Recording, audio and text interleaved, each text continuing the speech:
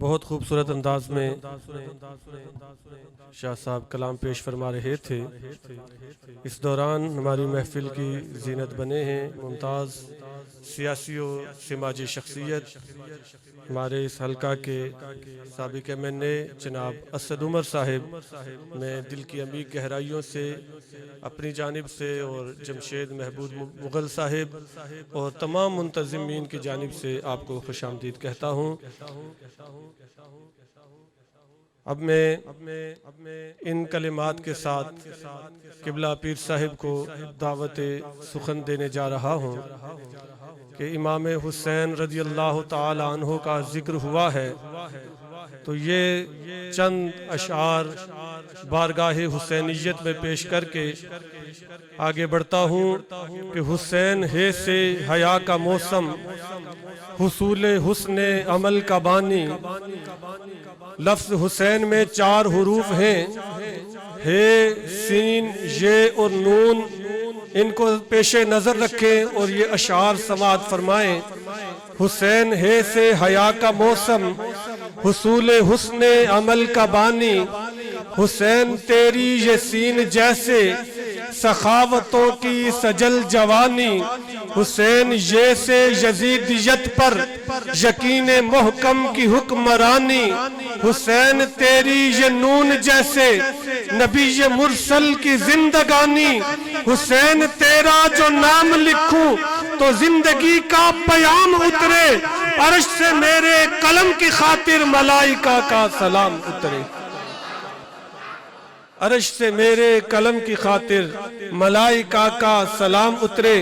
انہی اشعار کے ساتھ پیر طریقت، رہبر شریعت، شہزادہ غوث الورا حضرت قبلہ پیر سید علی جنید الحق شاہ صاحب، چشم و چراغ، آستان عالیہ گولڑا شریف، آپ کی خدمت میں ادب سے درخواست گزار ہوں کہ آپ اپنے افکار عالیہ سے ہمارے قلوب و اذہان کو منور فرمائیں۔ عظیم خانوادہ کے عظیم سید زادے کا استقبال کرنا ہے، ذرا محبت کے ساتھ، جوش اور جذبے کے ساتھ میرے نعروں کا جواب دیجئے۔ نعرہ تکبیر! وہ نعرہ جب لگاتا تھا تو خیبر توڑ دیتا تھا، حکم دیتا سمندر کو تو رستہ چھوڑ دیتا تھا۔ ذرا جذبے سے جواب دے، نعرہ تکبیر، نعرہ رسالت، نعرہ رسالت، نعرہ حیدری، آستانہ عالیہ گولڑا شریف، فیضان گولڑا شریف، قبلہ پیر سید علی جنید الحق شاہ صاحب۔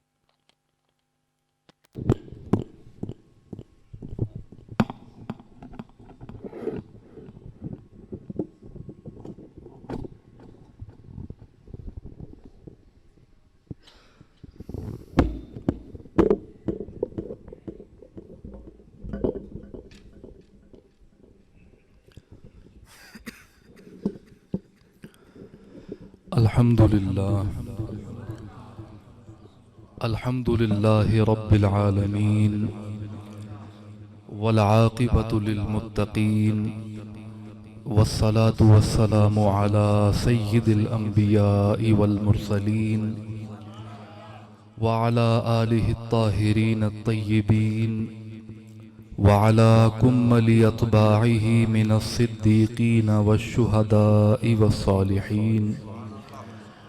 أما بعد فأعوذ بالله من الشيطان الرجيم. بسم الله الرحمن الرحيم. قد جاءكم من الله نور وكتاب مبين. صدق الله مولانا العظيم. إن الله وملائكته يصلون على النبي يا أيها الذين آمنوا صلوا عليه وسلموا تسليما. درود شریف بابا. اللهم صل على محمد وعلى آل محمد محمد وبارك وسلم. آج کی اس بابرکت اور عظیم محفل پاک میں شمولیت اختیار کرنے والے جملہ حاضرین و سامعین کرام، بالخصوص علماء کرام، ثناخان رسول اور تمام غلامان رسول اور عشاق رسول،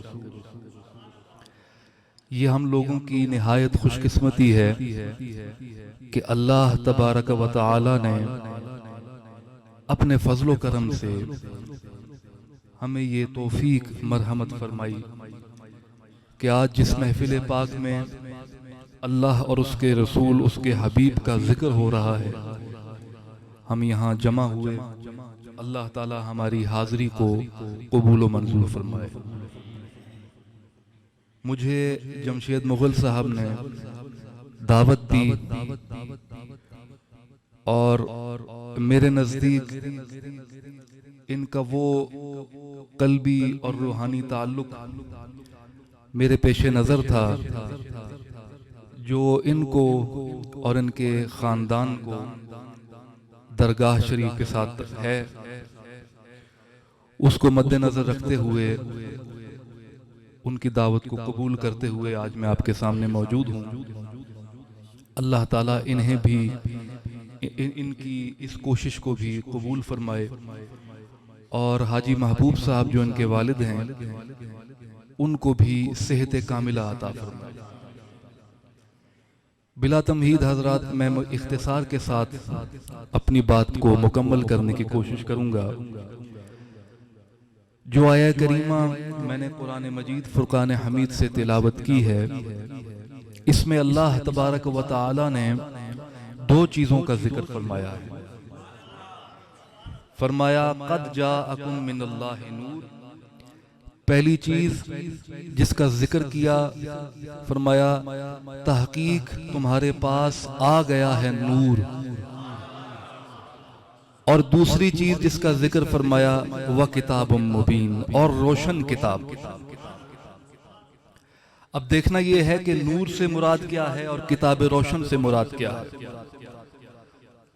مفسرین کرام نے اس آیہ کریمہ کی تفسیر لکھتے ہوئے، مفسرین کرام کی اکثریت نے یہ بات واضح کی ہے کہ نور سے مراد کوئی اور نہیں بلکہ ہمارے آقا و مولا جناب محمد الرسول اللہ صلی اللہ تعالی علیہ وسلم کی ذات ہے،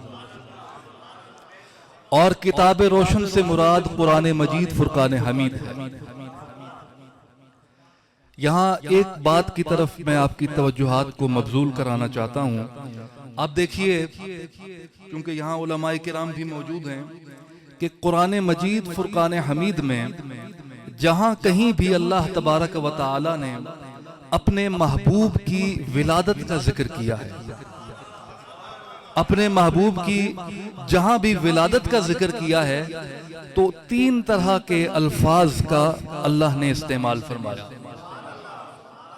پہلا لفظ جاء، جو آیہ کریمہ میں نے پڑھی، قد جاءکم من اللہ نور، آ گیا ہے۔ دوسرا لفظ استعمال فرمایا بعثا، جس سے مبعوث ہونا نکلتا ہے۔ فرمایا کہ هو الذی بعث فی الامیین رسولا، اور اسی طرح جو تیسرا لفظ استعمال فرمایا وہ ارسلہ کا لفظ ہے۔ فرمایا هو الذی ارسل رسولہ بالہدی ودین الحق۔ یہ تین الفاظ اللہ تبارک و تعالی نے اپنے حبیب کی ولادت کا جہاں ذکر کیا، وہاں یہ تین الفاظ استعمال فرمائے۔ لیکن اب ایک سوال یہ پیدا ہوتا ہے کہ اللہ تعالیٰ نے یہ کیوں نہیں فرمایا کہ هو الذی خلق، کہ اس نے اپنے حبیب کو، اس نے اس رسول کو تخلیق کیا ہے؟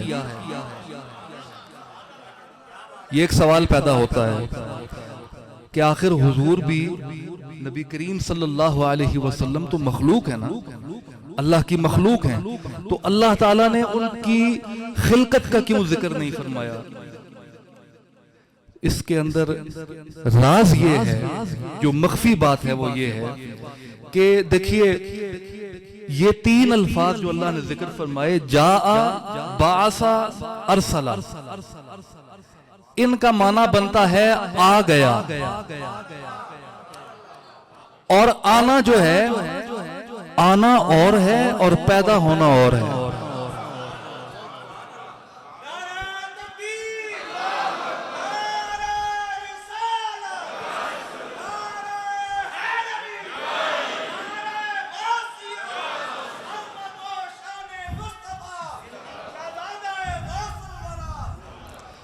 تو حضرات آنا اور ہے اور پیدا ہونا اور ہے۔ اللہ نے فرمایا، اور دیکھیے آپ یہاں آئے ہیں نا مسجد میں، یہاں پیدا تو نہیں ہوئے،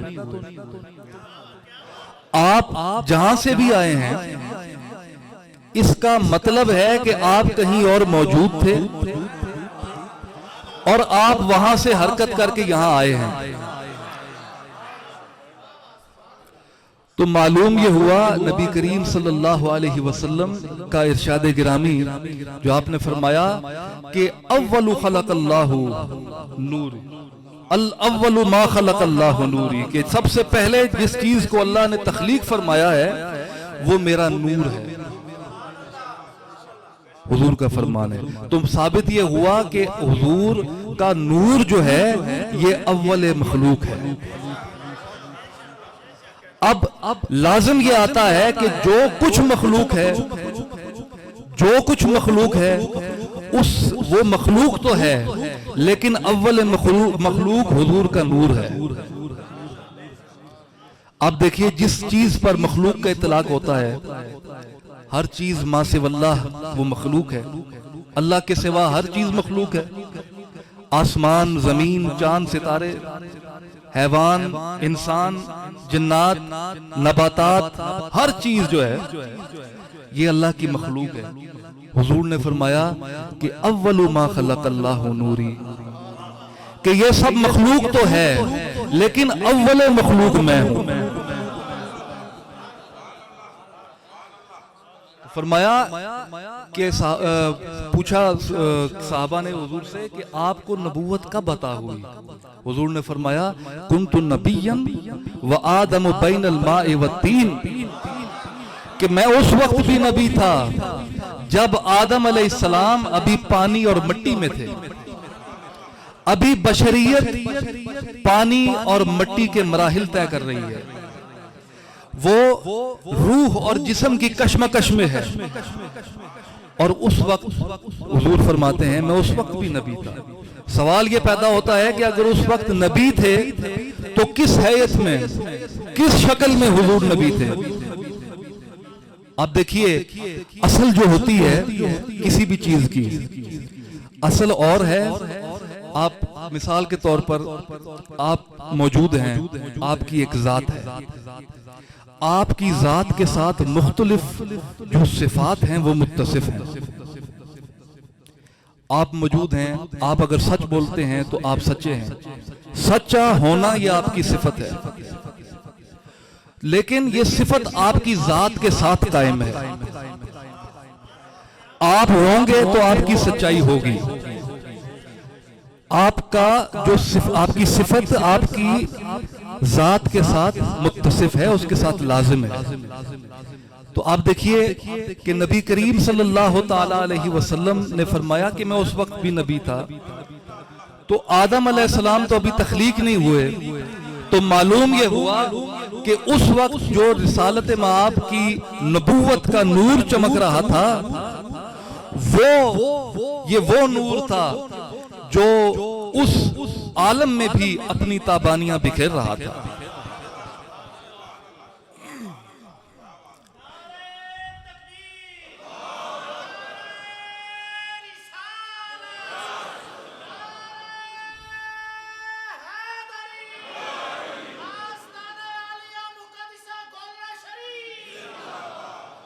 حضرات ایک شعر مجھے یاد آئے کہ اب آدمی کچھ اور ہماری نظر میں ہے، اب آدمی کچھ اور ہماری نظر میں ہے، جب سے سنا کہ یار لباس بشر میں ہے،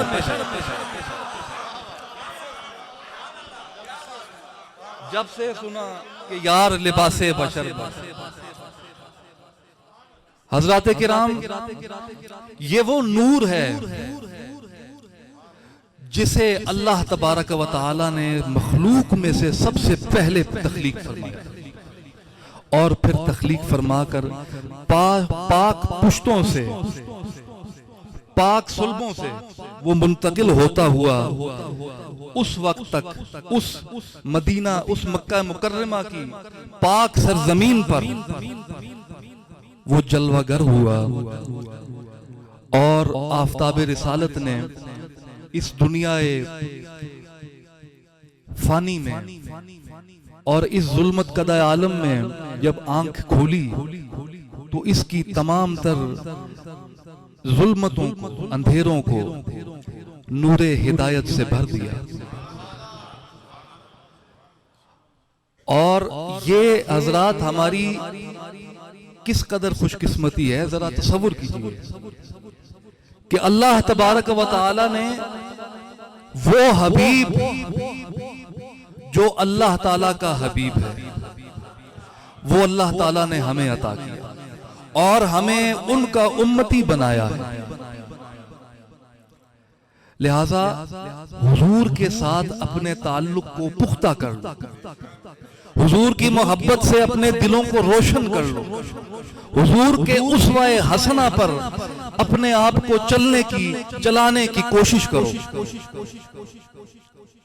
حضرات آپ دیکھیے کہ اس روئے زمین پر انبیاء کرام علیہ السلام کے بعد اگر کوئی طبقہ معتبر ہے تو وہ صحابہ کا طبقہ ہے۔ لیکن یہ سوال پیدا ہوتا ہے کہ صحابہ کا یہ مقام ان کو کیوں حاصل ہوا؟ آپ کے ذہن میں یہ شاید سوال پیدا ہو اور یہ بات آئے کہ شاید ہو سکتا ہے ان کی کثرت عبادت کی وجہ سے نمازیں زیادہ پڑھی، لیکن نہیں، اگر صحابہ کو وہ مقام ملا ہے تو محبت رسول کی وجہ سے ملا ہے۔ ممکن ہے کہ کسی صحابی کو اتنا وقت ہی نہ ملا ہو تو وہ حضور پر مر مٹے، تو آج دنیا ان پر مر رہی ہے۔ آپ دیکھیے حضرات، میں ایک واقعہ بیان کروں۔ مسجد نبوی شریف میں رسالت مآب صلی اللہ تعالی علیہ وسلم آپ کھڑے ہیں، صحابہ بھی کھڑے ہیں، اور آپ ان صحابہ کو حکم فرماتے ہیں کہ بیٹھ جاؤ، بیٹھ جاؤ۔ صحابہ اسی وقت بیٹھ جاتے ہیں۔ باہر گلی سے حضور کے ایک دیوانے ہیں، صحابی، وہ گزر رہے تھے، ان کے کان میں بھی یہ آواز پڑ گئی، انہوں نے بھی سنا کہ حضور فرما رہے ہیں بیٹھ جاؤ۔ انہوں نے سر پر لکڑیاں اٹھائی ہوئی تھی، لکڑیاں اٹھائی ہوئی تھی، ان کے کان میں حضور کی آواز پڑی، وہ وہیں بیٹھ گئے، وہیں بیٹھ گئے۔ ایک دوسرے صحابی وہاں کھڑے تھے، انہوں نے فرمایا، انہوں نے کہا کہ ابن رواحہ، ان کا ابن رواحہ نام تھا، کہتے فرمایا کہ تم کیوں بیٹھے ہو؟ وہ کہنے لگے کہ حضور کا حکم ہے، حضور نے فرمایا بیٹھ جاؤ، میں بیٹھ گیا۔ وہ کہنے لگے کہ وہ تو حکم انہوں نے ان کو دیا ہے جو مسجد میں موجود ہیں، تمہیں اور مجھے تو نہیں کہا۔ وہ کہتے ہیں کہ معلوم ہے، معلوم ہے، لیکن میرے کان میں تو آواز پڑی ہے۔ یہ کیسے ممکن ہے کہ حکم رسول اللہ کا ہو اور ابن رواحہ کے کان سنے اور اس پر عمل پیرا نہ ہو؟ یہ ممکن نہیں ہے۔ دوسرے صحابی جو ہیں ان کو کہتے ہیں کہ چلو بیٹھ گئے ہو ابن رواحہ، یہ سر پر جو لکڑیاں اٹھائی ہیں یہ بوجھ اتار کے نیچے رکھ دو۔ کہتے ہیں کہ یہ بھی سوچا تھا، فرمایا یہ بھی سوچا تھا کہ لکڑیاں اتار کے رکھ دوں، لیکن پھر یہ خیال ذہن میں آیا کہ میں اگر لکڑیاں اتار کے زمین پر رکھنے میں مصروف ہو گیا اور دوسری جانب سے موت کا فرشتہ آ گیا. موت کا کسے معلوم ہے کس وقت آ جائے, کہاں آ جائے؟ فرمایا کہ میں نے یہ سوچا کہ موت کا اگر فرشتہ آ گیا اور میری روح اس کیفیت میں, اس حالت میں اپنے جسم سے جدا ہو گئی کہ میں نے حضور کا فرمان سنا اور اس پر صحیح طریقے سے عمل نہ کر سکا,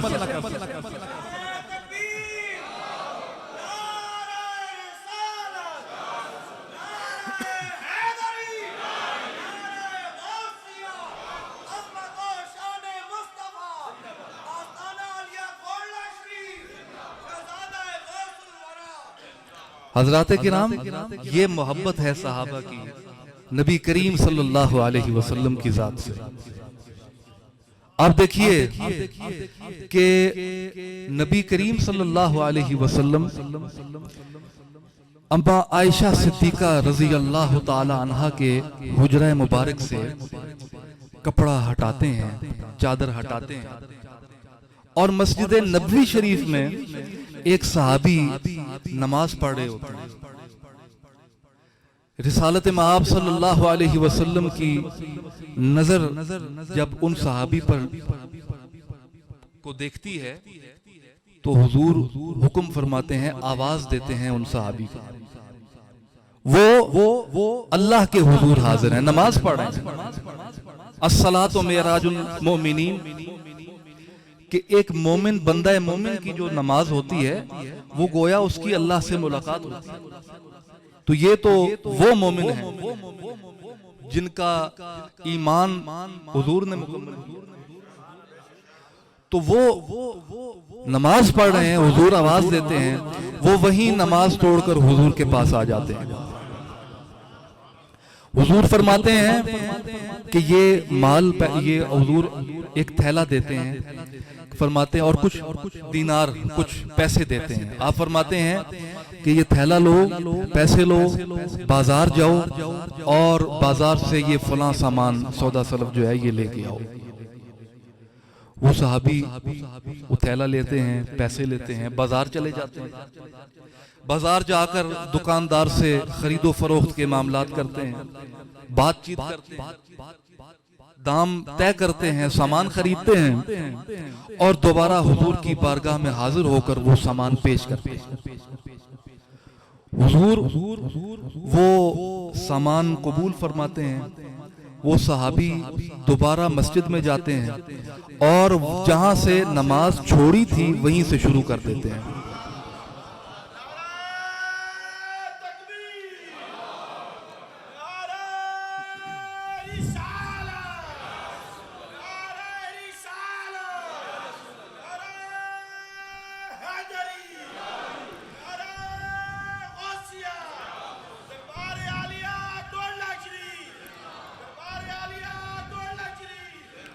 تو حضرات جہاں سے نماز چھوڑی وہیں سے شروع کر دیتے ہیں. معلوم ہوا کہ یہ جتنا وقت انہوں نے حضور کے حکم کی پاسداری میں گزارا ہے یہ عبادت میں گزارا ہے, کہ جہاں سے نماز چھوڑی وہیں سے شروع کر دی. حضرات کرام, یہ جس شخصیت کا میں ذکر کر رہا ہوں اور ہم لوگ آپ لوگ بیٹھ کے سن رہے ہیں, یہ وہ ذات ہے, یہ وہ شخصیت ہے جو یتیموں کا مولا بھی ہے, جو مساکین کا والی بھی ہے, جو شفیع المذنبین بھی ہے, جو سید الاولین والآخرین بھی ہے, جو رحمت للعالمین بھی ہے اور جو خاتم النبیین بھی ہے. یہ اس شخصیت کی بات ہو, اس ذات کی بات ہو.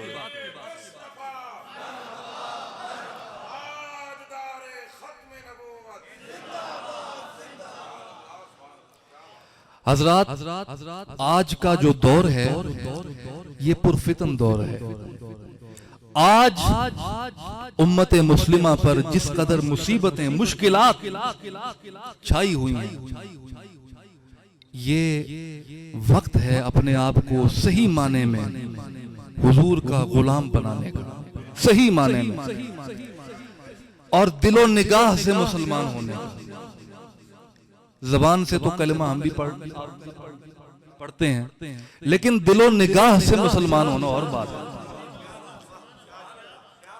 خرد نے کہہ بھی دیا لا الہ تو کیا حاصل، دل و نگاہ مسلمان نہیں تو کچھ بھی نہیں۔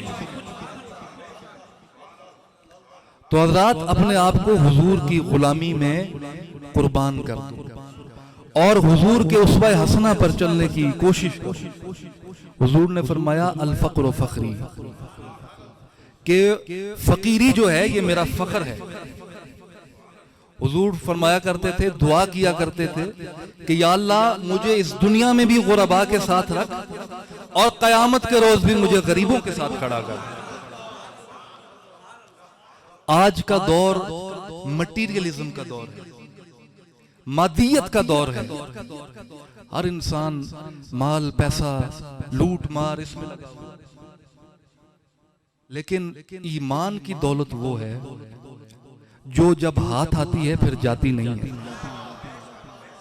ایمان کی وہ دولت ہے جو اس دنیا میں بھی کام آتی ہے اور اس دنیا میں اس جہان میں بھی کام آتی ہے۔ لہذا وہ اقبال نے کہا تھا کہ تیرا طریق امیری نہیں فقیری ہے، تیرا طریق امیری نہیں فقیری ہے، خودی نہ بیچ غریبی میں نام پیدا کر۔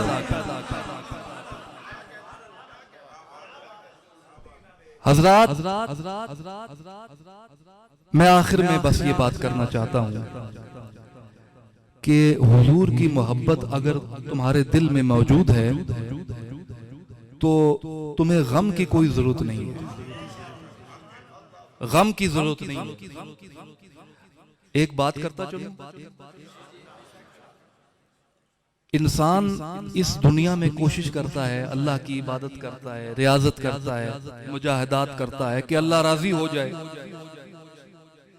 اللہ فرماتا ہے کہ میں نے جنات اور انسان کو اپنی عبادت کے لیے پیدا کیا ہے، انسان اسی کے کام کے لیے پیدا ہوا، اور انسان کے ذہن میں یہ ہوتا ہے کہ شاید میں عبادت کروں، میری نیکیاں زیادہ ہوں تو اللہ قیامت کے روز میرے حق میں جنت کا فیصلہ کر دے، مجھے جنت حاصل ہو جائے۔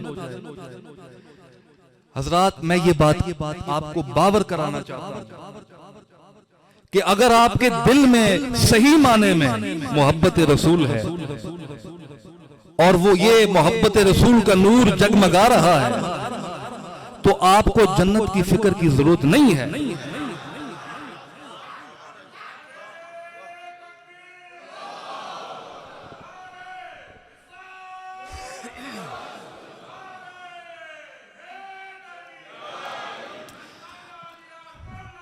ایک صحابی رسول حضرت قتادہ رضی اللہ تعالیٰ عنہ ایک غزوے میں لڑ رہے ہیں، مد مقابل کون ہے؟ کافر۔ غزوے میں لڑ رہے ہیں کہ کوئی کافر ان پر وار کرتا ہے، ان کی آنکھ اپنی جگہ سے باہر آ جاتی ہے، باہر آتی ہے۔ آپ دیکھیے صحابہ کا ایمان کہ وہ آنکھ جب باہر آئی اپنی ہتھیلی پر لیے ہوئے حضور کی بارگاہ میں حاضر ہوئے، حضور کے پاس آئے، عرض کی کہ یا رسول اللہ آنکھ، یا رسول اللہ آنکھ۔ حضور نے فرمایا کہ قتادہ آنکھ نہیں جنت، جنت کا تقاضا کرو، دوبارہ جاؤ میدان میں لڑو جا کر۔ جناب قتادہ رضی اللہ عنہ فرمانے عرض کرنے لگے کہ یا رسول اللہ آنکھ۔ حضور نے پھر فرمایا کہ جنت۔ جب تیسری مرتبہ حضرت قتادہ نے یہی تقاضا کیا نا کہ حضور آنکھ، حضور نے اپنا لعاب دہن ان کی آنکھ پر لگا کر وہ آنکھ اپنی جگہ واپس رکھ دی، وہ آنکھ واپس رکھ دی۔ حضرت قتادہ رضی اللہ عنہ جنگ میں دوبارہ چلے گئے، جنگ ختم ہوئی۔ جب دوبارہ ان کا آنا رسالت مآب صلی اللہ علیہ وسلم کی بارگاہ میں ہوا تو حضور نے فرمایا کہ قتادہ ہم تو تمہیں جنت عطا کر رہے تھے، ہم تو تجھے جنت دے رہے تھے، لیکن تم نے آنکھ کا سوال کیا، یہ تو بڑے گھاٹے کا سودا ہے۔ قربان جائیے ان صحابہ کی عظمتوں پر، ان کی محبت رسول پر، ان کی غلامی رسول پر۔ آپ دیکھیے یہ ان کا جواب اہل ایمان کے دلوں کے لیے مژدہ جاں فضا ہے، اور یہ ان کا جواب سن کر جھوم جائیے۔ فرمایا، عرض کی کہ یا رسول اللہ، میں جنت تو تب مانگتا کہ جب مجھے جنت کا شک ہوتا۔ فرمایا کہ جب آپ کے قدموں پر نثار ہوئے تھے جنت تو تبھی مل گئی تھی۔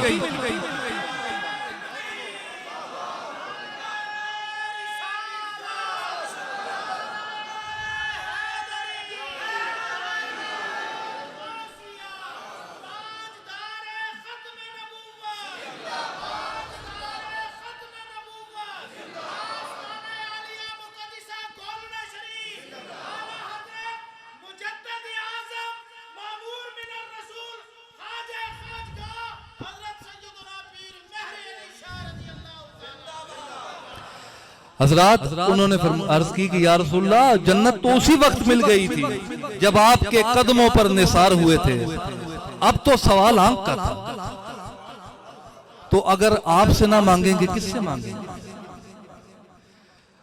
حضرات یہ وقت ہے حضور کی ذات کے ساتھ اپنے تعلق کو استوار کرنے کا، اسی پر ایمان کا دار و مدار۔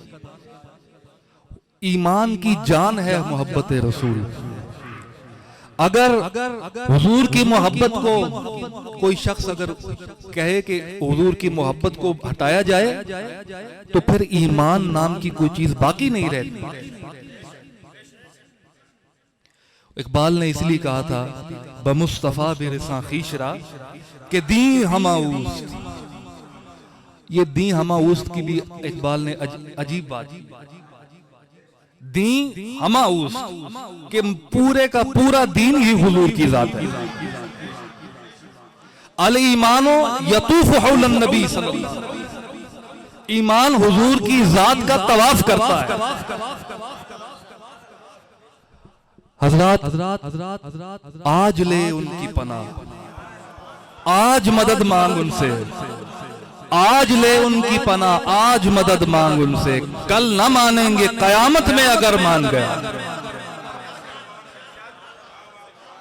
اللہ تبارک و تعالی ہمیں حضور کی صحیح معنوں میں محبت اور آپ کے تمام ان رشتوں کا ادب اور ان کا پاس عطا فرمائے جو حضور کے سچے رشتے ہیں۔ اللہ تعالی ہماری حاضری کو قبول فرمائے، اور آج جو امت مسلمہ پر مشکلات ہیں، بالخصوص فلسطین میں جو حالات اس وقت پیدا ہو چکے ہیں، یہ مسلمان امت کے لیے ایک لمحہ فکریہ ہے۔ آخر کی کیوں یہ حالات پیدا ہوئے کہ وہاں ماؤں بہنوں بچیوں کے سروں سے دوپٹے کھینچے جا رہے ہیں، اور مسلمان وہ خاموش بیٹھا ہے۔ آج اگر اس دور میں عمر فاروق ہوتا تو آج فلسطین کے جو مظلوم مسلمان ہیں ان کا فیصلہ حضرت عمر فاروق کی تلوار کرتی۔ جو مقتدر حضرات ہیں ان سے میں گزارش کروں گا کہ آج امت مسلمہ پر جو مشکلات ہیں، ایک ایسا فیصلہ تمام مسلم ممالک کا اس پر مطلب جمع ہونا چاہیے کہ اس فتنے کا رد، اس کا سد باب کس طرح کیا جائے، اور آخر دوبارہ کسی کی یہ ہمت نہ ہو۔ اللہ تعالیٰ ان مسلمانوں پر بھی اپنا رحم فرمائے، ہم پر بھی رحم فرمائے۔ ہم اس قابل نہیں ہیں، ہم جو ہیں بہت گناہگار ہیں۔ عفو حق ایک آخری بس شعر ہے، ایک بس بات آ گئی کہ آپ دیکھیے کہ انسان گناہ کرتا ہے نا تو اللہ اس کو رحم، اس پر مہربانی کیا کرتا ہے، تو اللہ تعالیٰ کی مہربانی کا سوال کرنا چاہیے، دعا کریں کہ اللہ تعالیٰ ہم سب کی حاضری قبول فرمائے اور آج امت مسلمہ پر جو مشکلات ہیں ان کو دور فرمائے، آمین بجاہ سید المرسلین۔